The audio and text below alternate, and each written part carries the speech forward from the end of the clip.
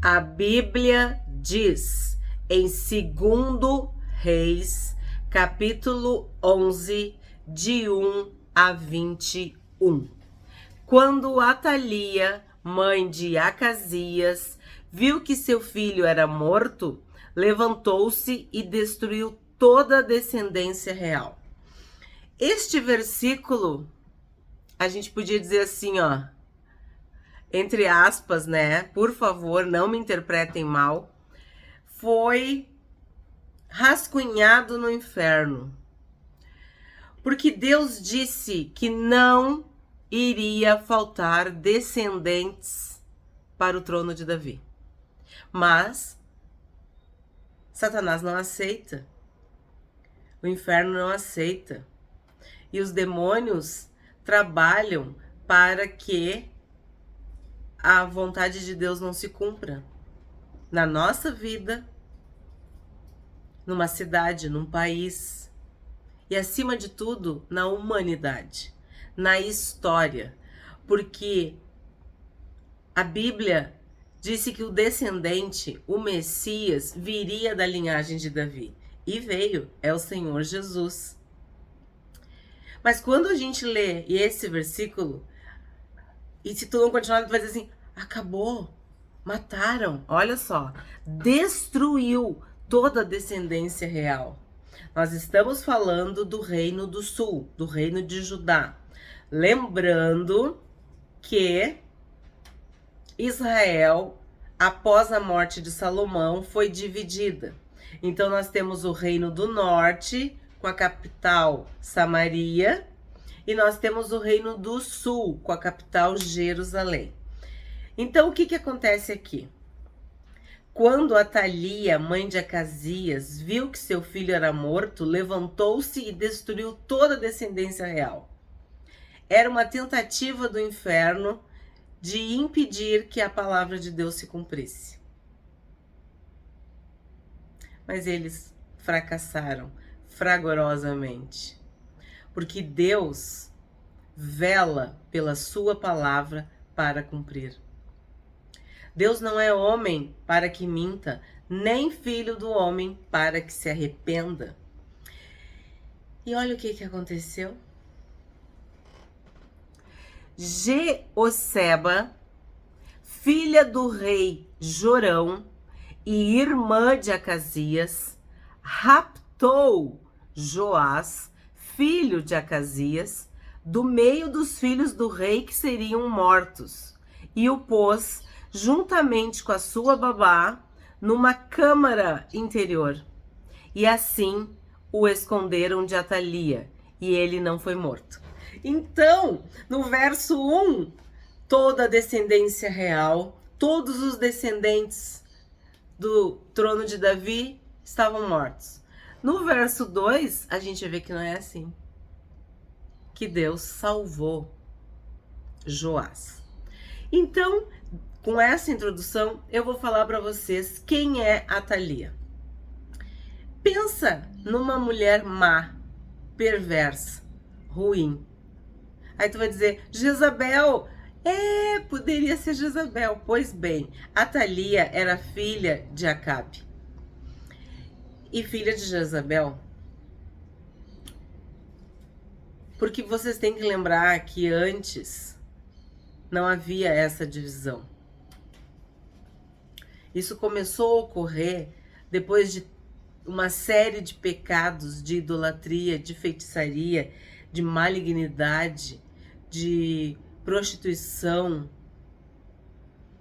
de apostasia por parte de Salomão.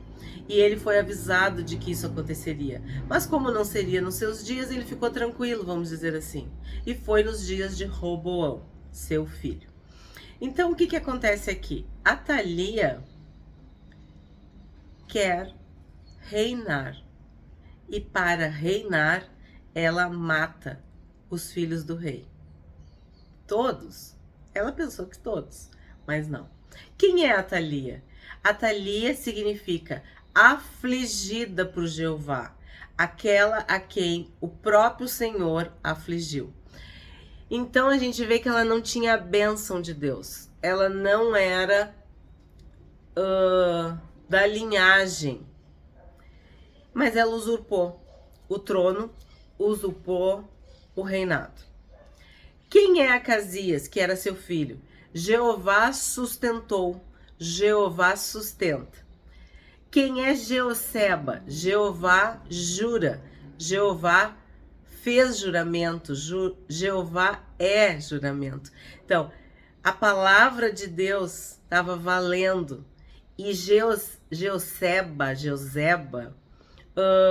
fez com que a palavra de Deus não fosse esquecida. Joás, Jeová deu, Jeová tem dado. Joiada, Jeová sabe, Jeová conhece. Então, com essas introduções desses nomes, a gente percebe o mover espiritual que estava ocorrendo, vamos dizer assim, nos bastidores. Porque uma coisa é tu saber que mataram todos, e outra coisa é tu saber que Deus tem sempre seus meios. Deus sempre faz o que tem que ser feito na hora certa. Nem antes, nem depois. Na hora certa, no tempo certo, no propósito. Foi exatamente o que Deus fez. 3. Joás esteve com ela escondido na casa do Senhor durante 6 anos. E Atalia reinava no país. Então, o que a gente aprende já nessa parte aqui? Que eles salvaram Joás, que eles protegeram Joás e colocaram na casa do Senhor. Como ela era uma rainha maligna, perversa, tão ruim quanto Jezabel, ela não ia para a casa do Senhor. Porque uma pessoa que mata, que assassina, que usurpa, o último lugar que ela vai ir é para a casa do Senhor, né? Então eles guardaram o menino, protegeram na casa do Senhor. Isso também fica uma lição para nós, né? Que o melhor lugar onde nós podemos estar e sermos protegidos, guardados, renovados, onde podemos crescer é na casa do Senhor. Que foi exatamente o que aconteceu com Joás. Ele foi guardado, protegido, salvo e pôde crescer, aprender, se desenvolver na casa do Senhor.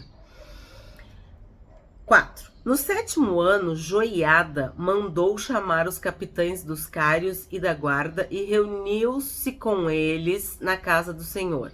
Fez uma aliança com eles, pedindo que jurassem na casa do Senhor. Então lhes mostrou o filho do rei. Então tu percebe que durante 6 anos, lembra a atuação humana? 6 anos, o número 6, né? Então eles se esforçaram, eles se sacrificaram, eles pagaram preço para que o trono de Davi continuasse, para que a palavra de Deus não fosse desmoralizada, difamada.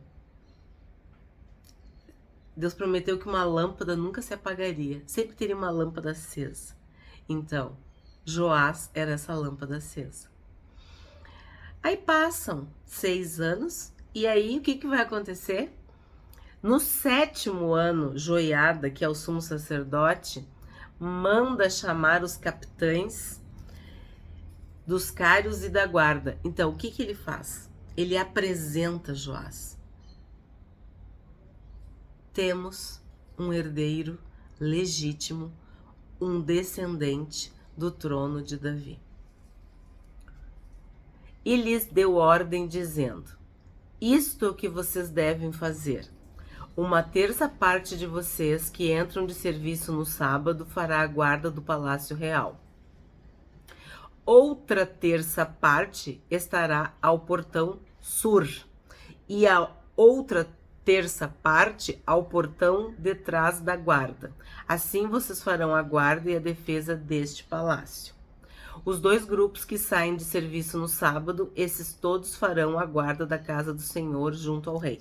Bom, só para vocês entenderem que ele criou toda uma estratégia para proteger, para guardar, para não serem pegos despercebidos.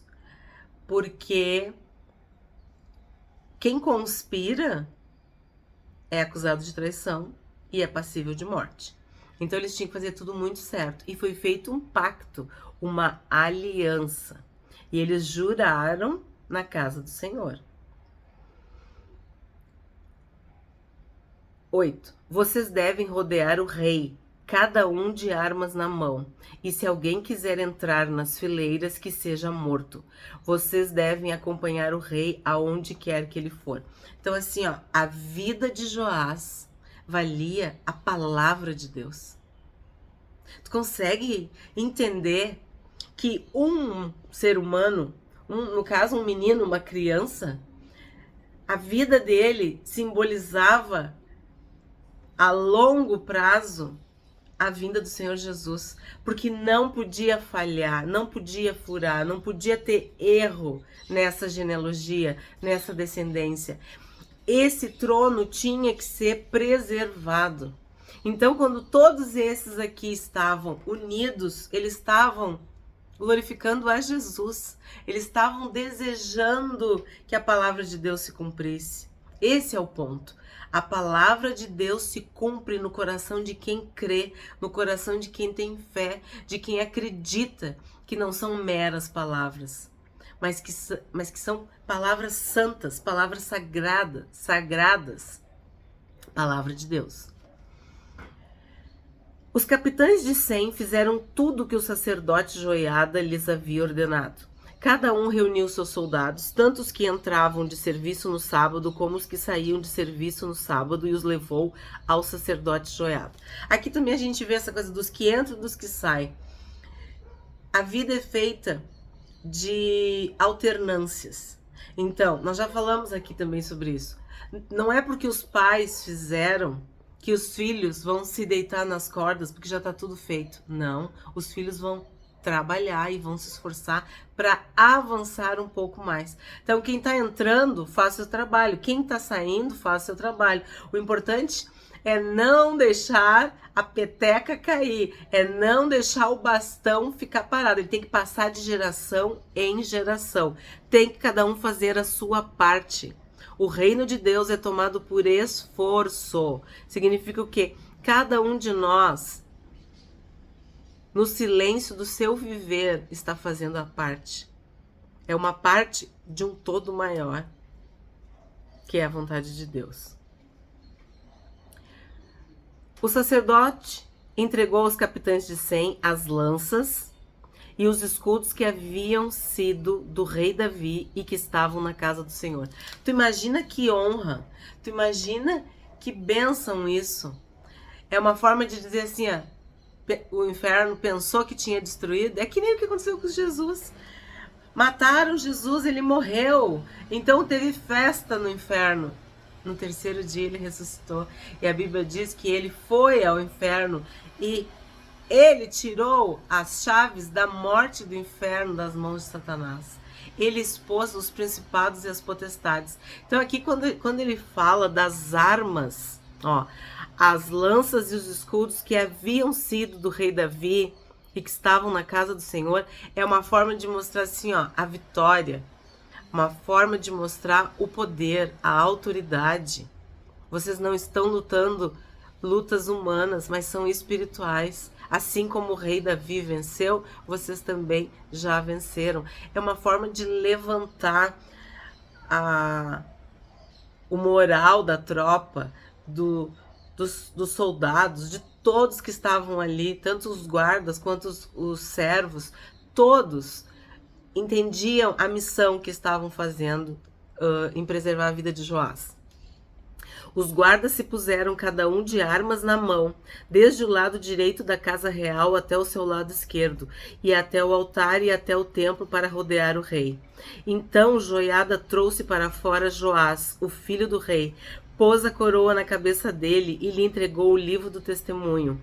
Eles o constituíram rei, o ungiram, bateram palmas e gritaram: viva o rei! Gente, isso aqui é muito forte. Isso aqui é um prenúncio,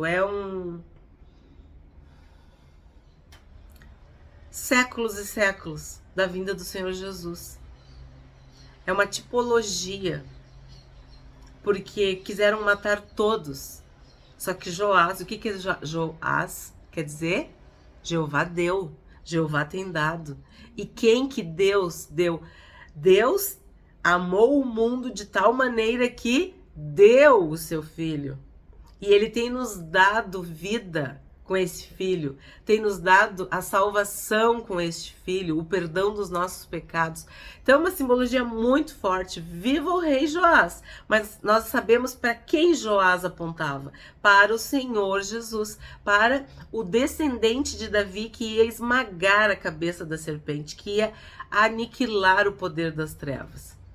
E agora, para, vamos dizer assim, culminar tudo isso que eu tô dizendo, quem vai morrer? Quando Atalia ouviu o barulho dos guardas e do povo, veio para onde o povo estava, na casa do Senhor.